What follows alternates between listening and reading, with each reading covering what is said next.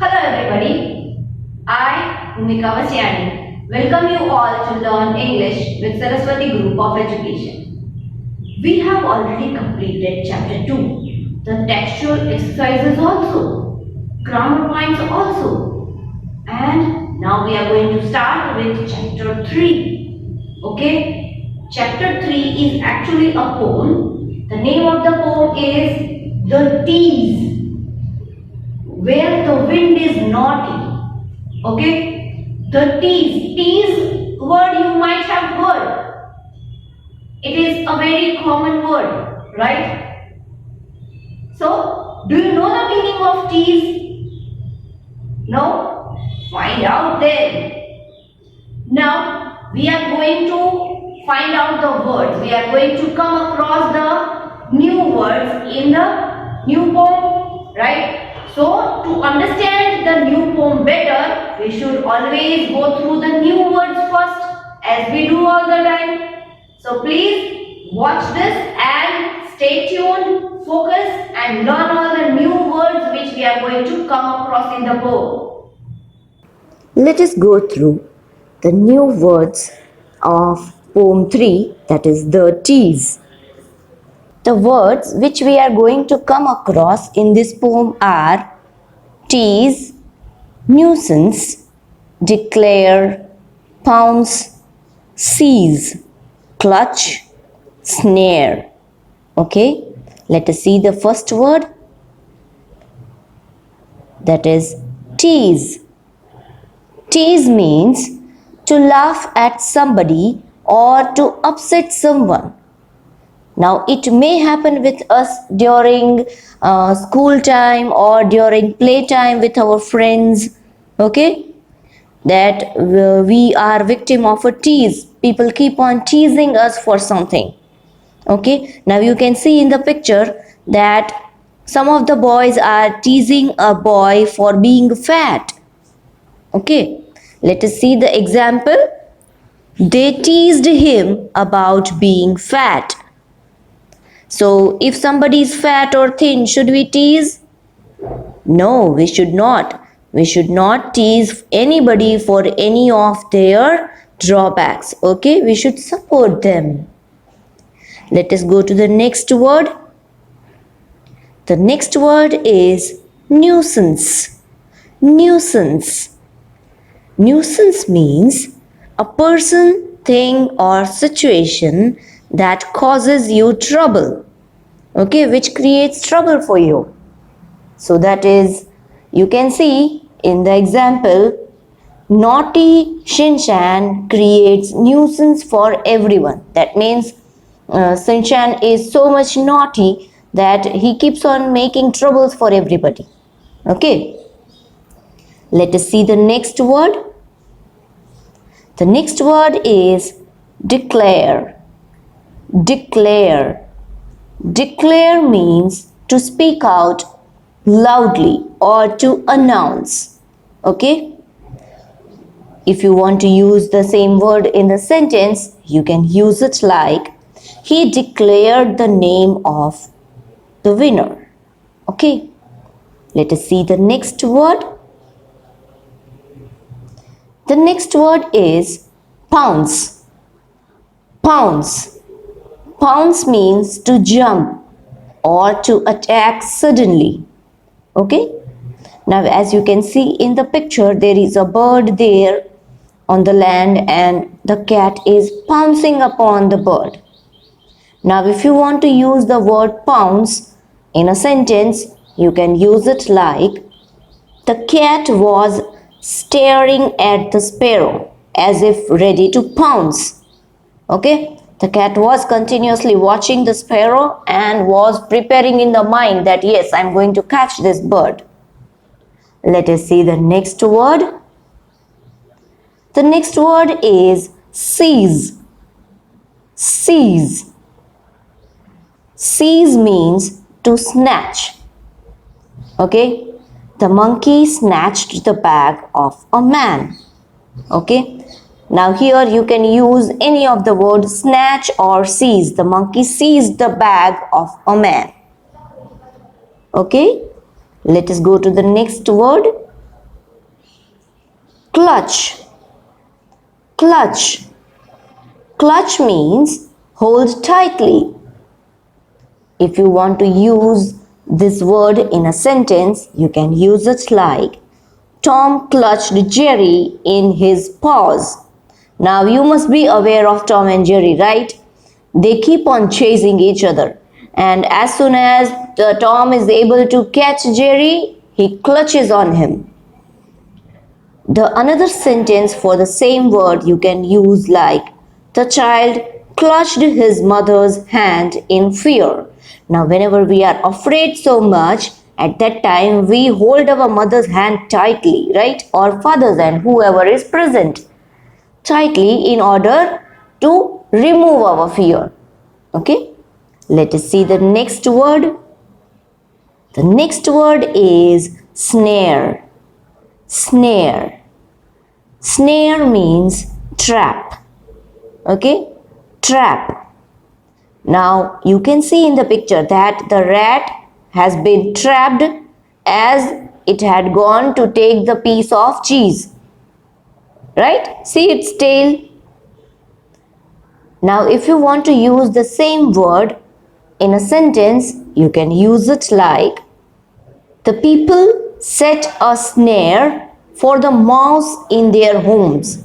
Now we are aware about the fact that if there are mouse in our home, then we don't let it roam freely. We set a trap, right, to catch it. Another sentence you can use it like the lion was caught in a snare by the hunter. Okay? Now, if you have any question, any query, then you can ask me during the live lecture. You have to read and learn these words. Okay? Did you learn the new words? Yes? Now, today we are going to go through the poem also. Okay? So, if you wish, you can watch this video again so that you can revise the new words also and you can come to know what is the explanation part also. I wish that everybody should be having their own English textbook with them. Please open page number 22. Okay, please open page number 22. The teas, where the wind is naughty. Okay, now here, this poem is written by Lillian Holmes. Okay, Lillian Holmes. The teas is a very simple poem to understand, but yet it is very meaningful as well. The teas is a very simple poem, okay, but it is very meaningful as well. The larger meaning of this poem is to take any kind of change which comes into the life very lightly. We should not get distressed, okay, due to the change which we have got in our life. Got it? Then let us go line to line and let us try to understand what does the poetess want to say exactly in the poem. Okay? Please take out page number 23. Page number 23. You're a nuisance, I declare. Oh my God, now the poetess seems angry. Okay, she has started the poem only with the complaining. You're a nuisance, I declare. Nuisance means, we saw just now, nuisance means something or someone that causes problems. Okay? Now the poetess is telling somebody that you're a nuisance. I declare, that means I want to speak loudly. I am speaking loudly that you are a nuisance. You are a problem creator. You tease me so. It isn't fair. Now it is saying that you always keep on teasing me, troubling me. That isn't fair. That is not good. You pounce on me from everywhere. Now the poetess is telling that you pounce on me. That means you come from here, come from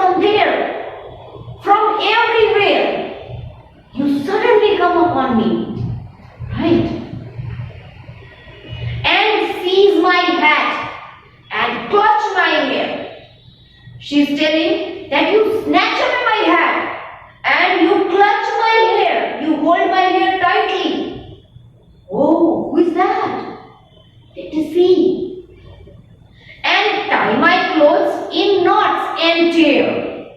And sometimes when it is a very furious type, then what happens? The poetess is telling that you tie my clothes into knots and sometimes they tear also. The leaves and blossom from the pear. I wish that I could set a snare. She's telling that the leaves and the blossom from the pear. She's telling that when you arrive, the leaves also start falling and the blossomed pear starts falling down. I wish that I could set a snare to catch you. Now she's telling that I so wish that I could set up a snare, a trap to catch you. Now whom does the poetess want to catch? Let us see. But I wouldn't dare. She's telling that, oh no, I don't have that much courage to catch you, to keep you in trap. For though you tease me, I declare. She's telling, it's okay if you tease me. It is a fact that you keep on teasing me. I am speaking out that loudly. Oh wind, if you never dare. Now she's telling, oh wind, if you were never there, what will happen? I don't think I could manage quite to sail my boat or fly my kite.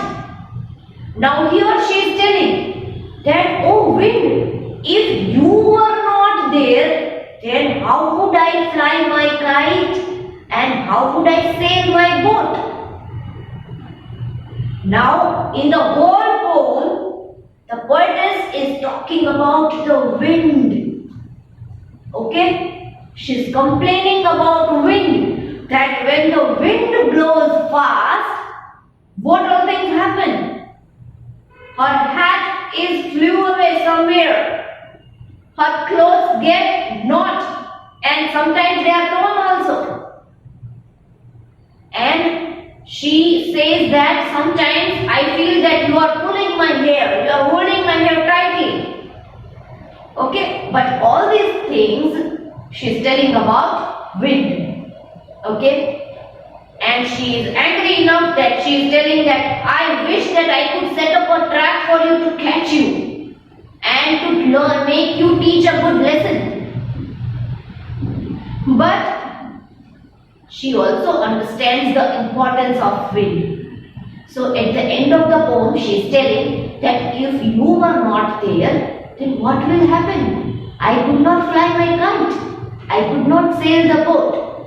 Right? But other than this, do you know the usages of air, the benefits of air? If there were no air or wind, what will happen to us? We may die because whatever we breathe, that is air, wind. Right? So, and you know what is the benefit of wind? When the wind blows fast.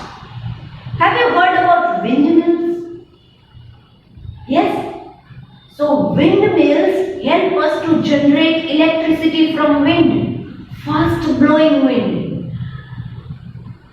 Okay. Sometimes when you visit somewhere on the highway, you can see some windmills set up. Okay. There are huge fans, they look like huge fans which are set up. Now what happens when the wind blows fast and the windmill moves? those moving fan is connected with a turbine down there, with an engine down there. It helps to create the electricity, to generate electricity. Okay, to generate power.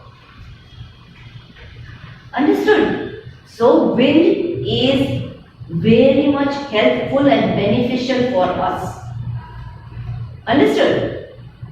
Okay.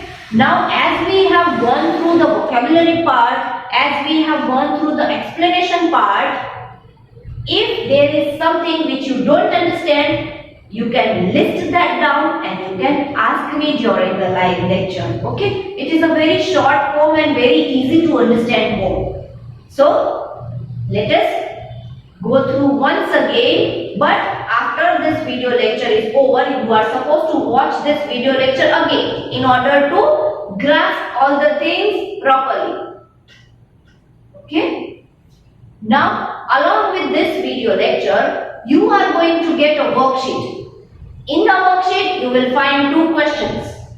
Question number 1 will be match the following, that is match A with B. That we keep on doing in all the worksheets, right?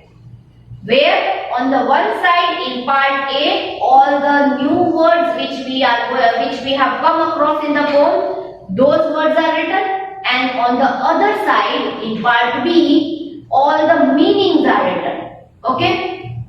As you know, the meanings will be jumbled, and you will have to find the correct meaning which is matching with the correct word. Okay? And in question number 2, you will find true or false.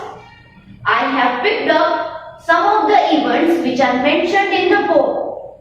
Now you will have to find out whether the events which are mentioned, whether the statements which are mentioned in the worksheet are true or false.